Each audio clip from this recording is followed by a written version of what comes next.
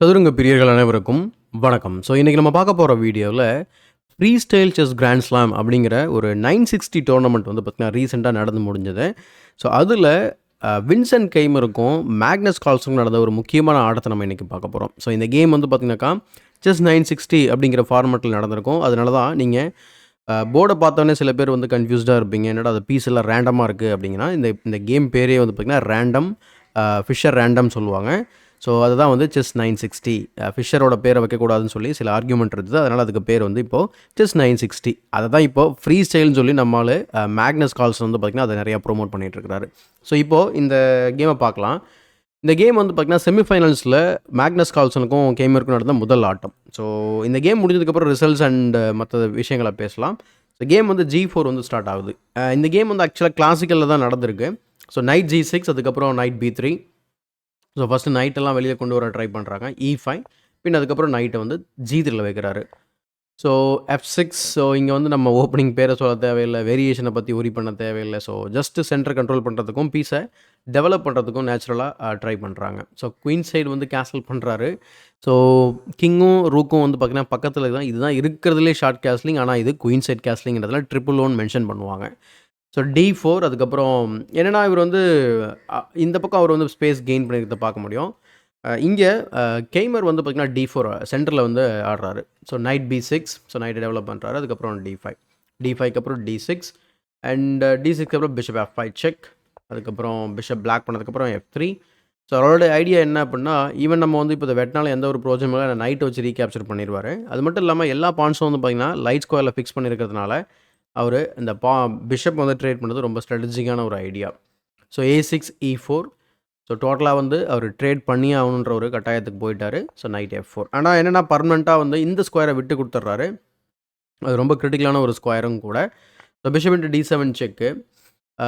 இது ஏன் இந்த பொசிஷனில் வந்து வெட்டணும் அப்படின்னா, சில வேளைகளில் வந்து நைட்டெல்லாம் நம்ம ரீகேப்சர் பண்ணும்போது பானை வச்சு இந்த ஸ்கொயரை கண்ட்ரோல் பண்ணுவாங்க.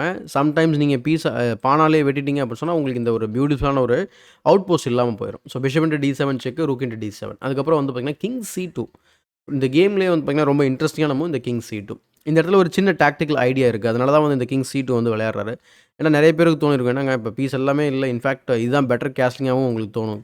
நம்ம கேஸ்லிங் பண்ணிட்டோன்னா பெட்டராக இருக்குமே. பட் ஆனால் C4ல் பான் வந்து ஹேங்கிங்கில் இருக்கும். ஸோ பான் வந்து ஃப்ரீயாகவே ட்ராப் ஆகிடும். எந்த ஒரு டாக்டிஸும் கிடையாது ஆக்சுவலாக ஒயிட்டுக்கு. இப்போது இதே மூவ் கிங் C2 வச்சோன்னா எப்படி வருதுன்னு பாருங்கள். இப்போ நம்ம வந்து வெட்டும்போது நைட் C4 அடிச்சிங்க அப்படின்னா கிங் B1. கிங் B1க்கு அப்புறம் இன்ட்ரெஸ்டிங்காக இந்த நைட் ஆக்சுவலாக ட்ராப் ஆகிடுச்சு. நைட் எல்லாம் பின்னாடி போக முடியாது. போனீங்கன்னா திரும்ப நம்ம வெட்ட முடியும். ஏன்னா ரூக் வந்து இப்போது C7ல் இருக்கக்கூடிய பானை பின் பண்ணியிருக்கு. ஸோ அப்போது இந்த பொசிஷனில் வந்து நைட்டை வந்து ட்ராப் ஆயிருக்கு. இப்போ என்ன தான் மூவ் விளையாட முடியும் அப்படின்னு சொல்லி பார்த்தா, ஒன்று அந்த நைட்டை வந்து கொடுக்கணும். Night into B2, king into B2, night to D3 செக்குன்னு சொல்லி 2 நைட்டை கொடுத்து ஒரு எக்ஸ்சேஞ்ச் எடுக்கலாம். ஒரு பான் கிடைக்கும். ஓகேங்களா? அல்லது இன்னொரு ஃபோர்சிங் மூவ் இருக்குது. அது என்ன அப்படின்னா நைட் H3. இன்ட்ரெஸ்டிங்காக இந்த குயினுக்கு வந்து பார்த்திங்கன்னா எஸ்கேப் ஸ்கொயர் அப்படின்னு சொல்லி நம்ம பார்க்கும்போது ரொம்ப அதிகமாக இல்லை. குயின் G2 போகலாம், குயின் H1 வரலாம். H1 போனால் 4க்கு இருக்கும். ஆனால் அங்கே போக முடியாது. ஸோ நைட் F4 போயிட்டு திரும்ப ரிப்பீட் பண்ணலாம். ஸோ இப்படியே ரிப்பீட் பண்ணி கேமை ஃபோர்ஸ் பண்ணி ட்ராவும் பண்ண முடியும். ஸோ அந்த காரணத்தினால தான் இந்த கிங் C2 வந்து பார்த்திங்கன்னா ஒரு எக்ஸலண்ட்டான idea. So bishop A7. So ஒரு டிஸ்கவரி செட்டப் பண்ணுறாரு. சரி, என்ன தான் அப்படி டிஸ்கவரி இருக்குது, நீ பண்ணது தான் பார்ப்போம் அப்படின்னு சொல்லிட்டு அவர் என்ன பண்ணுறாரு, விளையாடுற. ஏன்னா அந்த பிஷப் A7 வந்து பிஷப் வந்து போய் பாதுகாப்பு இல்லாமல் இருக்குது. ஸோ அதனால் அந்த டிஸ்கவரி வந்து பார்த்திங்கன்னா பெருசாக எதுவும் நமக்கு ப்ராப்ளம் க்ரியேட் பண்ணாது. ஸோ அதனால் கிங் B8 போட்டு உடனே பாதுகாப்பு கொடுக்குறாரு. எக்ஸாம்பிள் நைட் இன்ட்டு C4 சொன்னால் தென் queen into A7. So king B8, bishop E3. இனிமேல் அந்த நைட்டை மூவும் பண்ண முடியாது. ஒரு கவுண்டர் பின்னில் போட்டிருக்கிறாரு. ஸோ நைட் H3 போட்டு குயின் அட்டாக் பண்ண உடனே குயின் G2 போயிடுது. குயின் G2 போனதுக்கப்புறம் நைட் F4 வராரு. இந்த பொசிஷனில் வந்து நைட் இன்ட்டு C4 அடித்தோம்னா பிஷப் இன்ட்டு A7 வந்து செக்கோட வரும். அதனால் அந்த டாக்டிஸ் ஒர்க் அவுட் ஆகாது. Knight F4, queen F2. இந்த இடத்துல வந்து பார்த்திங்கன்னா மூவ் வந்து ரிப்பீட் பண்ணாமல் அவர் FH5 வந்து ஆடிடுறாரு. ஸோ இங்கே வந்து ரிப்பீட் பண்ணாமல் ரிப்பீட் பண்ணுறதுனா பண்ணிக்கலாம். பட் வந்து ரிப்பீட் பண்ணலை. அதே போல் உங்களுக்கு ஸ்க்ரீனில் வந்து நான் டைமும் உங்களுக்கு போட்டிருக்கேன். ஸோ டைம் ப்ரெஷர் எப்படி இருக்குது 2 பிளேயருக்கும் அப்படின்றதும் உங்களுக்கு தெரியும். ஒவ்வொரு நகர்வுக்கும் உங்களுக்கு 30 வினாடிகள் வந்து பார்த்திங்கன்னா உங்களுக்கு இன்க்ரிமெண்ட் ஆகிட்டே இருக்கும். ஸோ ரூக் FD1, பின் அதுக்கப்புறம் H into G4, H into G4, F into G4 ஆடுறாரு. அதுக்கப்புறம் நைட் C8 போயிட்டு ஸோ ஜஸ்ட் வந்து பார்த்திங்கன்னா இங்கே என்னென்னா இந்த இடத்துல வந்து பிஷப் இன்ட்டு F4 வந்து த்ரெட்டு. அதை வந்து டாக்டிக்கலாக வந்து ட்ரை பண்ணேன். ஏன்னா பிஷப் வந்து இப்போ பின்னில் இருக்குது. ஸோ ஃபஸ்ட்டு C5 அந்த பிஷப்போட ஐஸை வந்து க்ளோஸ் பண்ண பார்க்குறாரு. அதுக்கப்புறம் D இன்ட்டு C5 அடிச்சதுக்கப்புறம் பிஷப் இன்ட்டு C5. ஸோ இந்த பொசிஷனில் நம்ம இங்கே நம்ம அடிக்க முடியாது இல்லையா? ஏன்னா பெரிய பிளண்டரா அமைய வாய்ப்பு இருக்குது. ஸோ C4 அதுக்கப்புறம் நீங்கள் திரும்பவும் பிஷப் மூவ் பண்ணுற மாதிரி இருக்கும். தென் CB3 செக். ஸோ இந்த ஒரு கொலாப்ஸ் இருக்கும். அதனால் பிஷப் இன்ட்டு C5. ஸோ அதுக்கப்புறம் வந்து பானை வந்து G6 புஷ் பண்ணுறேன். இது வந்து ஒரு மல்டி பர்பஸ் மூவ். ஜஸ்ட் ரூக்கை நம்ம வந்து இந்த பக்கம் ஷிஃப்ட் பண்ணிக்கலாம் வேணும்னா லேட்டரலாக. அல்லது F5லையோ இல்லை H5ல நைட்டு ஜம்ப் ஆகாமல் இருக்கும். எஸ்பெஷலி F5ல ஜம்ப் ஆகாமல் இருக்கணுன்றதுக்காக இந்த மூவ் வந்து விளையாடுறாரு. So bishop into A7 check. அதுக்கப்புறம் நைட் இன்ட்டு A7 பின்ன கிங் B1. ஃபைனலாக வந்து பார்த்திங்கன்னா ஆர்டிஃபிஷியலாக கேஸ்லிங் பண்ணி முடிக்கிறாரு. குயின் H7 போனதுக்கப்புறம் நைட் C5 த்ரெட்னிங் த ரூக். இந்த நைட்டு வந்து பார்த்திங்கன்னா இந்த கேமோட ஒரு ஹீரோயிக் பீஸ் அப்படின்னு சொல்லலாம். ஸோ ஏன் ஹீரோயிக் பீஸ் அப்படின்னா இன்னும் ஒரு 10 மூலம் நமக்கு தெரிஞ்சிடும். ஸோ இந்த ரூக் வந்து D6 வந்ததுக்கப்புறம் நைட் வந்து பார்த்திங்கன்னா ஒரு பெரிய அவுட் போஸ்ட்டில் போகிறத உங்களால் பார்க்க முடியும். ஆனால் அதுக்கு பிரச்சனை என்ன அப்படின்னா இந்த நைட்டு. அப்போ ஃபஸ்ட்டு இந்த நைட்டை நம்ம வந்து அண்டர்மைன் பண்ணணும். அதனால தான் இந்த நைட்டை சேலஞ்ச் பண்ணுறாரு. அதே போல் இந்த இடத்துல மேக்னஸ் வந்து உடனே வெட்டுறதை கவனிச்சிருப்பீங்க. என்னங்க மேக்னஸ் ஏன் வெட்டுறாரு, நம்ம நைட் இங்கே உள்ளே விட்டார்னா கொஞ்சம் இரிட்டேட்டிங்காக இருக்குமே, எப்படி அதை சேலஞ்ச் பண்ண போகிறாரு அப்படின்னு பார்த்தா ஏன் வெட்டணும் அப்படிங்கிற ஒரு கேள்வி. இதை வெட்டாமல் இருக்கவும் முடியாது. எக்ஸாம்பிளுக்கு G5 போட்டு நீங்கள் சப்போர்ட் பண்ணுறீங்கன்னு வச்சுக்கலாம் ஃபர்தராக. தென் நைட் G3 திரும்ப நைட் F5 வரும். ஸோ அந்த காரணத்தினால இந்த நைட் நம்ம வந்து ஒர்க் பண்ணலாம். இந்த நைட் ஆனால் வந்து பார்த்திங்கன்னா ரொம்ப இரிட்டேட் பண்ணும் சென்டரில். ஸோ நம்மளோட அட்டாக் எல்லாமே வந்து பார்த்திங்கன்னா கிங் சைடில் குயின் சைடில் இருக்குன்றதுனால பிரச்சனை இல்லை. பட் பிளாக் வந்து இந்த ஹெச்பானை வந்து டார்கெட் பண்ணலாம். ஸோ பாயிண்ட் என்ன அப்படின்னா அந்த நைட்டை வந்து வெட்டுறது தான் வந்து பெட்டர் ஸ்ட்ராட்டஜி. அதனால தான் வந்து வெட்டுறாரு. ஸோ வெட்டினதுக்கப்புறம் அவர் நைட்டை உள்ளே கொண்டு வராரு. குயின் C4 போகிறாரு. C7ல் ப்ரெஷர் பில்டப் ஆகிறவங்களால பார்க்க முடியும். அதனால் ப்ரொஃப்ளாக்டிக்காகவே அதை பாதுகாப்பு கொடுத்துட்றாரு. ஸோ A4 போட்டு நைட் அட்டாக் பண்ணுறாரு. நைட் அட்டாக் பண்ணால் knight center of the board வருது. இப்போ இந்த மூவை பார்த்த உடனே சில பேருக்கு இந்த நைட்டை வெட்டிடலாமா அப்படின்றது மாதிரி கண்டிப்பாக தோணிருக்கும். நீங்கள் வெட்டி விளையாடலாம். பெரிய அட்வான்டேஜ் ஒன்றும் நமக்கு பிளாக்கு இருக்க மாதிரி தெரியல இந்த வேரியேஷனில். ஒரு எக்ஸ்சேஞ்ச் டவுன் தான். பட் உங்களுக்கு போதுமான அளவுக்கு இந்த காம்பன்சேஷன் சொல்லக்கூடிய விஷயம் உங்கள்கிட்ட இருக்குது. ஏன்னா அந்த நைட் ரொம்ப ஸ்ட்ராங்காக இருக்கும் உள்ளே போகும்போது. இன்ஃபேக்ட் இன்னும் அந்த நைட்டை நீங்கள் உள்ளே வச்சிங்கன்னா கூட ஃப்யூச்சரில் கண்டிப்பாக அந்த நைட்டை வந்து திரும்ப அவர் ரீகேப்சர் பண்ண வாய்ப்பு இருக்குது. Example rook E8. So stop that என்ன சொல்கிறது, அந்த நைட் இங்கே உள்ளே வராமல் தடுக்கிறாங்க. ஸோ அந்த காரணத்தினால அந்த இடத்துல வந்து பார்த்திங்கன்னா ரூக் இன்ட்டு D4 கன்சிடர் பண்ணால் தாராளமாக பண்ணலாம். ஸோ ஸ்ட்ரக்சரை உடைக்கிறதுக்காக G5 ரூக் C D8 அதுக்கப்புறம் பான் டேக்ஸ் பான். ஸோ ரூக் இன்ட்டு F6 தென் ரூக் F1. ரூக்கை சேலஞ்ச் பண்ணுறாரு. ரூக்கை ட்ரேட் பண்ண முடியாதுன்னு சொல்லிட்டு அவர் ரூக்கை வந்து பார்த்திங்கன்னா கிங்குக்கு ஆப்போசிட்டில் வைக்கிறாரு. ஸோ உடனே ரூக் F2 போட்டு ப்ரொஃப்ளாக்டிக்காக வந்து டிஃபென்சிவாகவும் ப்ளஸ் அஃபென்சிவாகவும் இருக்குது. இந்த ரூக் வந்து பார்த்திங்கன்னா ஒரு ஒண்டர்ஃபுல் ஃபோர்ஸில் இருக்குது. ஏன்னா ஸோ பர்ஃபெக்டான ஒரு பொசிஷன். ஸோ இங்கே டிஃபென்ஸு அண்ட் இந்த ஃபைலில் வந்து அஃபென்ஸ். ஸோ ரூக் F2 அதுக்கப்புறம் G5 அப்புறம் king A2 actually. So king A2 அதுக்கப்புறம் கிங் A7 ரூக்கை டபுள் பண்ணுறாரு. பின் அதுக்கப்புறம் G4. இந்த G4க்கு அப்புறம் பார்த்தீங்கன்னா ஒரு பிரில்லியண்ட்டான ஒரு வின்னிங் சீக்வன்ஸ் இருக்குது ஆக்சுவலாக ஒயிட்டுக்கு. நீங்கள் வீடியோ பாஸ் பண்ணிட்டு ட்ரை பண்ணி பார்க்கலாம். ஸோ ஏன் இந்த மூவ் வந்து பார்த்திங்கன்னா பிளண்டர், என்ன காரணத்தினால பிளண்டராக இருக்கும் அப்படின்னு சொல்லி நீங்கள் யோசனை பண்ணி பாருங்கள். அட்லீஸ்ட் ஒரு 3 மூவ் நீங்கள் பார்த்தனா தான் இதோடைய பின்னர் இருக்கக்கூடிய ஒரு டாக்டிக்கல் ஐடியா உங்களுக்கு புரியும். கேமில் வந்து அவர் அதை மிஸ் பண்ணி குயின் C3 ஆடுறாரு. அஃப்கோர்ஸ் ஏன்னா ஒரு நிமிஷம் தான் டைம் இருக்குது கிளாக்கில். கண்டிப்பாக இந்த மாதிரியான ஒரு இன்ட்ரெஸ்டிங்கான டாக்டிக்ஸ் லைன் வந்து கண்டுபிடிக்கிறது கஷ்டம் தான். Example rook into F7 sir rook F7 ஆடணும் அப்படின்னா ஒரு குயின் இன்ட்டு H2 விளையாடுறீங்கன்னு வச்சுக்கலாம் கிரீடியாக. Then we can play rook 1 F2. அப்போ வந்து என்ன ஆச்சு அப்படின்னா குயின் H6 போனதுக்கப்புறம் உங்களுக்கு இந்த பான் வந்து பாஸ் பண்ணால் உங்களுக்கு தெரியும். இதில் இன்னொரு பிரச்சனை என்ன அப்படின்னா இப்போ வந்து நம்ம ரூக் இன்ட்டு C7 ஆனதுக்கப்புறம் அடுத்த ரூக்கை 7th ரேங்கில் போட்டு பயங்கர டாமினேட்டான பொசிஷனை நம்மளால் உருவாக்க முடியும். அது மட்டும் இல்லாமல் இந்த பானும் வீக் பான், இந்த பானும் வீக் பான். இதை நம்ம வந்து பிளாக்கோட பர்ஸ்பெக்டில் பாஸ் பானாகவும் பார்ப்போம், நம்மளோட பர்ஸ்பெக்டில் இதை வீக் பானாகவும் பார்ப்போம். ஸோ அந்த காரணத்தினால இது வந்து பார்த்திங்கன்னா ஒரு லூசிங் பொசிஷன். பட் கேமில் குயின் C3 வின்சென்ட் கேமர் அதை மிஸ் பண்ணுறாரு. நைட் F3 பின் அதுக்கப்புறம் rook G2 rook G8. So இந்த ரூக் G8 வந்து பார்த்திங்கன்னா கொஞ்சம் வந்து ஒரு ஓவர்லோட டாக்டிக்ஸில் மாட்ட நிறைய வாய்ப்பு இருக்குது. ஸோ குயின் வந்து இந்த ரூக்கை ப்ரொடெக்ட் பண்ணணும், இந்த ரூக் இந்த பானை ப்ரொடெக்ட் பண்ணணும். ஓகேங்களா. ஸோ இந்த மாதிரி இப்போது F3ல கூடிய இந்த நைட்டை வெட்டும்போது, இந்த பானால் வெட்டும்போது இங்கே ஒரு பின்னும் க்ரியேட் ஆகிருக்கு. ஸோ அதனால் இது வந்து ஒரு பிரச்சனைக்குரிய ஒரு விஷயமாக தான் இருக்குது. அதனால அந்த இடத்துக்கு பதில் ரூக் F8 வந்து விளையாடிருக்கலாம் அப்படிங்கிறது இன்னொரு சஜஷன்.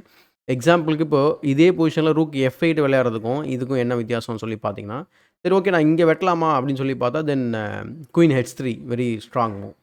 ஸோ குயின் H3க்கு அப்புறம் இப்போது ரூக் G1 தான் ஆடி ஆகணும். ரூக் G2 ஆட முடியாது. அல்லது நீங்கள் வேறு எங்கேயாவது போனீங்கன்னு சொன்னால் தென் குயின் டேக்ஸ் F1 இருக்குது. ஸோ இந்த காரணத்தினால இந்த ஒரு ஸ்ட்ராங்கான கவுண்டர் அட்டாக் கிடச்சிருந்துருக்கும். பட் குறுகிய நேரத்தில் அந்த மாதிரி டாக்டிக்கல் அட்டாக் வந்து அவங்களால பார்க்க முடியல நினைக்கிறேன். ரூக் G8 அதுக்கப்புறம் ரூக் F2 செகண்ட் ரேங்கில் டபுள் பண்ணி விட்டுறாரு. ரூக் D6 பின் அதுக்கப்புறம் குயின் E3. ஸோ ஒரு சின்ன டிஸ்கவரி செட்டப் பண்ண பார்க்குறாரு. அதனால் வெளியில் போயிடுறாரு. So night E6 night finally அந்த E6 ஸ்கொயரில் ஒரு ஆக்டோபஸ் நைட்டாக வந்து ஆக்ட் ஆகுது கேரி காஸ்பரோவ் சொல்கிற மாதிரி. So C6 is the last blunder of the game. ஏன் அப்படின்னா இந்த C6 வந்து பார்த்திங்கன்னா இந்த ரூக்குக்கு பாதுகாப்பு கொடுக்குது. ஸோ ஜஸ்ட் ஒரே ஒரு மூவ் அது இந்த ரூக்குக்கோட பாதுகாப்பு தான் போச்சு. அதனாலேயே கேம் வந்து போகிற மாதிரி ஆகிடுது. அந்த மாதிரி ஒரு பியூட்டிஃபுல்லான டாக்டர்ஸ் இருக்குது. ஸோ C6 விளையாடுறதுக்கு பதிலாக அவர் வேறு என்ன செஞ்சுருக்கலாம் அப்படின்னு பார்த்தா கிங்கை வந்து B8 கொண்டு வந்து ப்ரொஃப்ளாக்டிக்காக இந்த ஸ்கொயரை டிஃபெண்ட் பண்ணுங்கள். ஏன்னா 4 கிங் டிஸ்டன்ஸில் இருக்குது கிங்கு. அது இல்லாமல் செக்கோட வேறு வருது. ஸோ அந்த காரணத்தினால இந்த மாதிரியான பொசிஷனில் நம்ம வந்து ப்ரொஃப்ளாக்டிக்காக கிங்கை மூவ் பண்ணிக்கிறது நல்லது அப்படின்னு சொல்லி கம்ப்யூட்டர் சஜஷனில் இருக்குது. அதை தவிர்த்து வேறு என்ன செஞ்சுருக்கலாம் அப்படின்னு சொல்லி பார்த்தா ரூக்கை D7 வைக்கிறது. இது ரொம்ப லாஜிக்கலான ஒரு மூவ். ஸோ ரூக்கை வந்து பார்த்திங்கன்னா கொஞ்சம் பிரச்சனையிலேருந்து தப்பிக்க வச்ச மாதிரியும் இருக்கும். கொஞ்சம் நிறையா ஸ்கொயர்ஸ் ப்ரீதிங் ஸ்கொயர்ஸ் கொடுத்த மாதிரி இருக்கும். C7 டிஃபெண்ட் பண்ண மாதிரி இருக்கும். இந்த 2 மூவ் தவிர்த்த வேறு எந்த மூவ் விளையாடினாலும் இங்கே லூசிங் மூவ் தான். அதில் ஒரு மூவ் தான் இந்த பான் C6 மூவ். இங்கே குயின் A3 போட்டு அந்த அன்டிஃபெண்டாக இருக்கக்கூடிய ரூக்கை அட்டாக் பண்ணுறாரு. ரூக்கை சிம்பிளாக இந்த இடத்துல நீங்கள் வந்து பின்னாடி போகிறீங்கன்னு வச்சுக்கோங்களேன். ரூக் D7 போனீங்க அப்படின்னா ஃபோர்க் இருக்குது. Anyway you are losing. So அந்த காரணத்தினால அவர் என்ன செய்கிறாரு, அந்த நைட்டை வெட்டிடலாம் அப்படின்னு சொல்லிட்டு நைட்டையே வெட்டிடுறாரு. D/E6 அடித்ததுக்கப்புறம் ரூக் C8 போகிறாரு. அதுக்கப்புறம் சிம்பிளாக ரூக் இன்ட்டு G4. ஸோ இங்கே ஆக்சுவலாக ரூக் C8 போனதுக்கப்புறம் அவருக்கு டைமுமே வந்து பார்த்திங்கன்னா ரொம்ப குறைவாக இருக்கிறத பார்க்க முடியும். ஸோ கிட்டத்தட்ட ஒரு டைம் லாஸ் ஆகிற ஒரு நிலையில் அவர் வந்து பார்த்திங்கன்னா மூவை மேக் பண்ணுவார். பட் இவர் வந்து பார்த்திங்கன்னா அடுத்த மூவ் மேக் பண்ணுறதுக்குள்ளே அவர் வந்து கையை எக்ஸ்டெண்ட் பண்ணி அதாவது ரூக் இன்ட்டு G4 அடிக்கிறதுக்குள்ளே அவர் வந்து பார்த்திங்கனாக்கா ரெசிக்னேஷன் வந்து பார்த்திங்கன்னா கொடுத்துட்றாரு. ஸோ இந்த பொசிஷனில் ஏன் ரிசைன் பண்ணோம் அப்படின்னா ரூக் இன்ட்டு G4 இருக்குது. இந்த நைட்டுக்கு பெரிய எஸ்கேப் ஸ்கொயர்ஸ் ஒன்றும் கிடையாது. எக்ஸாம்பிள் இங்கே நேச்சுரலாக இந்த நைட்டை நான் பாதுகாப்பு கொடுக்க போகிறேன் அப்படின்னு சொன்னீங்கன்னா then rook F8 is a winning move. So இங்கே பின் இருக்குது. சப்போஸ் நீங்கள் இங்கே டிஃபெண்ட் பண்ணிங்கன்னு சொன்னால் தென் குயின் D6 செக்கு நமக்கு ஃப்ரீயாகவே அந்த ரூக்கு கிடச்சிரும். அதுக்கு நம்ம வெட்டியாவது போகலாம் அப்படின்னு சொல்லிட்டு நம்ம வெட்டணும் அப்படின்னு சொன்னால் தென் குயின் செக்கு அதுக்கப்புறம் மேட்டிங் பேட்டர்ன் இருக்குது. திரும்ப ரூக் G7 போட்டு நம்ம 7th ரேங்கை ஆக்கிரமிப்பு பண்ணலாம். குயின் இன்ட்டு H2 விளையாடுறதுக்கப்புறம் குயின் C5 செக்கு தென் அதுக்கப்புறம் B6 போயிட்டு B7 செக் மேட் ரிட்டர்ன் பண்ணலாம். ஸோ இந்த பிரச்சனை எல்லாத்தையும் புரிஞ்சுக்கிட்டு தான் மேக்னஸ் கால்சன் வந்து தன்னோட 38வது மூவில் வந்து பார்த்திங்கனாக்கா 39வது மூவில் 39வது மூலம் வந்து ரிசைன் பண்ணிடுறாரு. ஸோ இந்த ஆட்டம் வந்து பார்த்திங்கன்னா செமிஃபைனலில் வந்து மேக்னஸ் கால்சனை மட்டும் அவர் பீட் பண்ணலை. இப்போ நம்ம ரிசல்ட்ஸ் பேஜ் போய் பார்த்தோம் அப்படின்னா ரொம்ப இன்ட்ரெஸ்டிங்கான ஒரு ரிசல்ட்ஸ் வந்து அவங்க கொடுத்துருக்காரு வின்சென்ட் கேமர். ஸோ என்ன ரிசல்ட் அப்படின்னு சொல்லி பார்க்கும்போது நம்ம வந்து ரிசல்ட்ஸ் வந்து நம்ம டீட்டெயிலாக வந்து நம்ம டிஸ்கஷன் பண்ணுற மாதிரி இருக்கும். இப்போது ஸோ எக்ஸாம்பிள் இங்கே பார்த்தீங்கன்னா ஓகே. ஸோ இங்கே பார்த்தீங்கன்னாக்கா டோர்னமெண்ட் வந்து பார்த்திங்கன்னா ஃபஸ்ட்டு 3 ஸ்டேஜாக நடந்திருக்குங்க. நிறையா இதில் பார்த்தீங்கன்னா குவாலிஃபயரு அடுத்து Swiss stage knock out stage நிறைய நடந்திருக்கு. இது நாக் அவுட்டோட ஃபைனல் கிராண்ட் ஸ்லாம்ன்றது அந்த செலக்டட் பிளேயர்ஸ் மட்டும் விளையாடுனது. இது வந்து முன்னாடி ஒரு குவாலிஃபயர் ஈவெண்ட்ஸில் அதில் நாக் அவுட் ஸ்டேஜ் ஓகேங்களா. ஸோ இதில் போட்டி போட்ட பிளேயர்ஸ் ஏன்னா நான் வந்து டீட்டெயிலாக இதை கவர் பண்ணவே இல்லை. நான் ஒரு பெரிய பிரேக் எடுத்திருந்தேன் அப்படிங்கிறதுனால இங்கே பார்த்தீங்கன்னா தெரியும் உங்களுக்கு வின்சென்ட் கெய்மர், அலிசா ஃபிரூஷா, மேக்னஸ் கால்சன், அடுத்து நொதிர்பேக் அப்துசராஃப், அவக்கிர் சிந்தாராவ், ஏகார் நாக்மோரா, குகேஷ், ஃபேபியோ கர்வானா. ஸோ குகேஷுமே இதில் பார்ட்டிசிபேட் பண்ணியிருக்காரு. பட் ஃபேபி வந்து பார்த்திங்கன்னா குகேஷை வந்து டிஃபீட் பண்ணி அவர் செமிஃபைனல்ஸ்க்கு வந்து முன்னேறி போயிருந்தார். அதே போல் தான் வின்சென்ட் கெய்மரும் மேக்னஸ் கால்சனும் செமிஃபைனல்ஸில் ஆடினாங்க. ஸோ மேக்னஸ் வந்து நொதிர்பேக்கை பீட் பண்ணியிருந்தார். வின்சென்ட் வந்து ஃபிரூஷாவை பீட் பண்ணியிருந்தார். அண்டு செமிஃபைனல்ஸில் தான் நம்ம பார்த்த கேம் செகண்ட் அதாவது 2 கேம் நடக்கும். இந்த செகண்ட் கேமில் வந்து பார்த்திங்கன்னா ட்ரா ஆனதுனால இப்போ நீங்கள் ஸ்கோரை நீங்கள் கிளிக் பண்ணி பார்த்தா தெரியும். ஸோ ஃபஸ்ட் கேம் வந்து வின்சென்ட் வின் பண்ணியிருக்கிறாரு. செகண்ட் கேம் வந்து ட்ரா ஆகிடுச்சு. ஸோ ஓவரால் ஸ்கோர் வந்து பார்த்திங்கன்னா 1.5 அகேன்ஸ்ட் 0.5. ஸோ ஃபைனல்ஸ்க்கு வந்து பார்த்திங்கன்னா அட்வான்ஸ் ஆகி போயிட்டார். இங்கே வந்து ஃபேபி வந்து அவக்கிர் சிந்தாராவை பீட் பண்ணிவிட்டு அங்கே போனதுனால அவர் வந்து பார்த்திங்கனாக்கா வின்சென்ட் கெய்மரோட வந்து போட்டி போட்டார். அண்ட் இங்கே வந்து அடுத்த பொசிஷனுக்காக இங்கே போட்டி போடுறாங்க. ஸோ ஃபைனலாக என்ன நடந்ததுன்னு சொல்லி பார்க்கும்போது வின்சென்ட் கெய்மர் வந்து ஃபேபியும் வந்து பீட் பண்ணியிருந்தது. ஸோ இது வந்து வின்சென்ட் கெய்மரோட கரியரில் மிகப்பெரிய ஒரு விஷயம். என்ன காரணம் அப்படின்னு பார்க்கும்போது இதுக்கு முன்னாடி இந்த மாதிரியான ஒரு ரிசல்ட் அவர் வந்து கொடுத்தது கிடையாது. ஃபேபியும் ஒரே டோர்னமெண்ட்டில் பீட் பண்ணி அடுத்து வந்து பார்த்திங்கன்னா கால்சனையும் பீட் பண்ணி அதுக்கு முன்னாடி அலிசா ஃபிரூஷா மாதிரியான ஒரு பிளேயரையும் பீட் பண்ணியிருக்கிறாரு. ஸோ அந்த காரணத்தினால வின்சென்ட் கெய்மருக்கு ஒரு மிகப்பெரிய ஒரு ரிசல்ட் இது. ஸோ அது மட்டும் இல்லாமல் இது வந்து செஸ் 960 இதுவும் ஒரு ரீசன் கூட சில பேர் சொல்ல வாய்ப்பு இருக்குது. பட் என்னை பொறுத்த வரைக்கும் நீங்கள் ஓப்பனிங்கோட நாலேஜே இல்லாமல் ரேண்டமாக வந்து சூஸ் பண்ணக்கூடிய இந்த செஸ் வந்து பார்த்திங்கன்னா முதல் மூவ்லேருந்து நீங்கள் வந்து யோசனை பண்ணி தான் விளையாடி ஆகணும். எதுவுமே நீங்கள் வந்து உங்களுடைய தியரிட்டிக்கல் மெமரி வந்து பார்த்திங்கன்னா உங்களுக்கு ஹெல்ப் பண்ணாது.